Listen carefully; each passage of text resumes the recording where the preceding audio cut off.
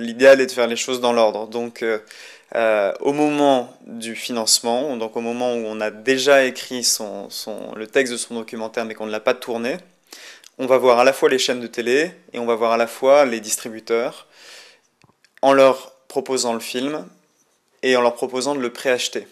Donc les distributeurs en général contribuent avec un minimum garanti, etc. et prennent en charge toute la partie démarchage du CNC, levée de fonds, etc.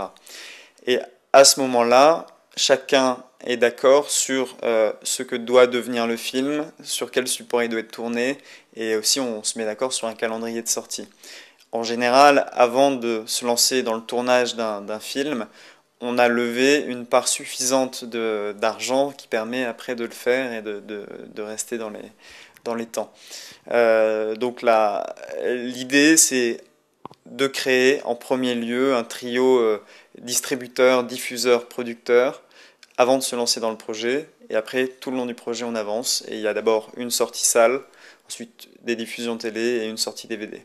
C'est en général le distributeur qui paye les copies, surtout s'il a des aides pour se payer des copies.